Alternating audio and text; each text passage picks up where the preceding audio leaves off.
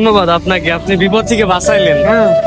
আর এখন এখান থেকে আমরা কিছু একটা অর্ডার দিব আর পার্ক থেকে আমরা বের হয়ে মুশকিল, অনেক মেঘ হয়েছে। এখন যদি এখানে কিছু না পাওয়া যায়, রিক্সা কিংবা ওই অটো কিছু পাওয়া না গেলে তো অবস্থা খারাপ হয়ে যাবে।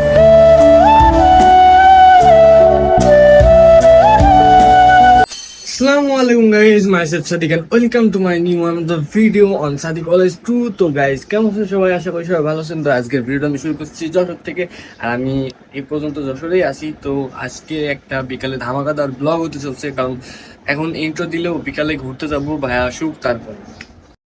তো গাইজ অবশ্যই এখন আমরা বাইরে বের হয়ে গেছি, আর এখন সামনে থেকে আমরা একটা রিক্সা নিব, এখান থেকে একটা রিক্সা নিব, দেন তারপরে আমরা যাবো।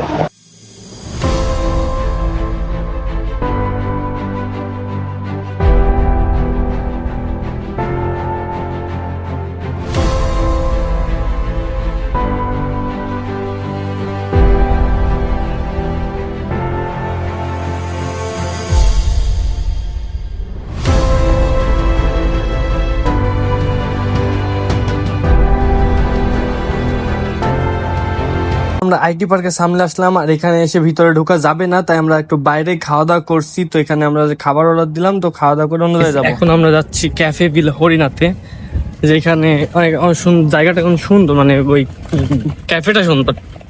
এখন আমরা রোডের উপর উঠে গেছি, মেইন রোডে। তো এখান থেকে এখন আমরা যাচ্ছি সোজা হরিনাথ। তো ওখানে আমরা যাই, তারপরে দেখা হচ্ছে গাইস।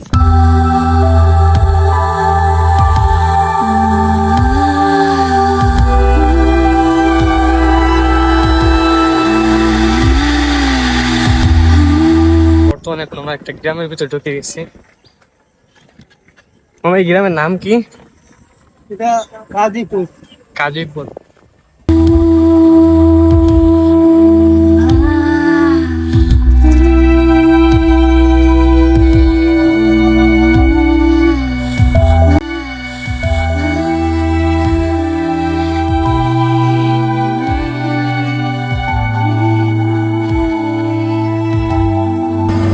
তবে পার্কে আসার পরে আমরা বুঝতে পারলাম যে এখান থেকে বাড়িতে যাওয়া অনেক মুশকিল, অনেক মেঘ হয়েছে। এখন যদি এখানে কিছু না পাওয়া যায়, রিক্সা কিংবা ওই অটো কিছু পাওয়া না গেলে তো অবস্থা খারাপ হয়ে যাবে।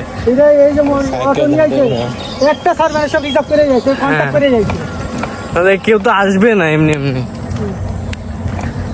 নাহলে এখান থেকে আমরা যাইতেই পারবো না।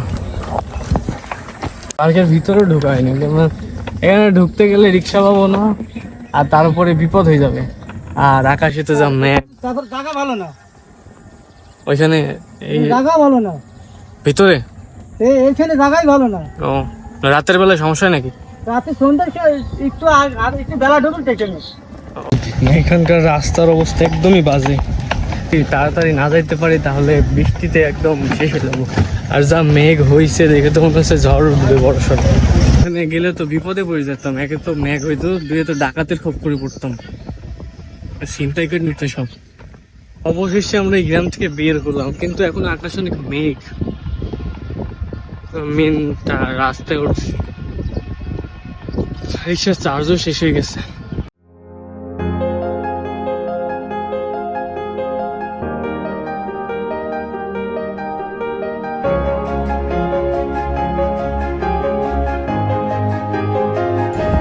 ধন্যবাদ আপনাকে, আপনি বিপদ থেকে বাঁচাইলেন।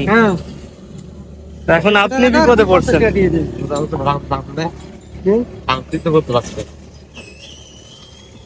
ধরো ঠিক আছে, আর আমরা রিক্সা চেঞ্জ করে ফেলেছি।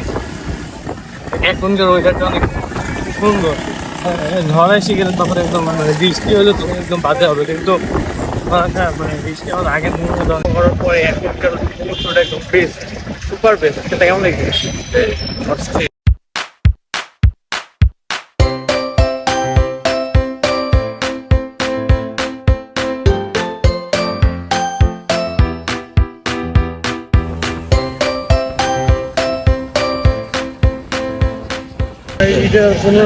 আছে, আর এখানে এখন ঈদগাহ সাজানো শুরু করে দিছে, সব বাঁশ লাগানো কমপ্লিট। আর এই জায়গাটা অনেক সুন্দর দেখতে, অনেক জোশ লাগছে।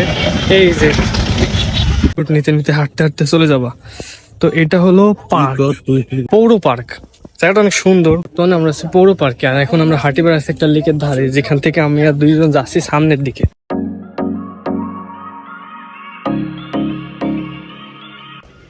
তো গাইজ আমরা একটা রেস্টুরেন্ট আসছি আর এখন এখান থেকে আমরা কিছু একটা অর্ডার দিব আর পার্ক থেকে আমরা বের হয়ে গেছি। ভাইয়া আছে, ভাইয়াও বসে আছে।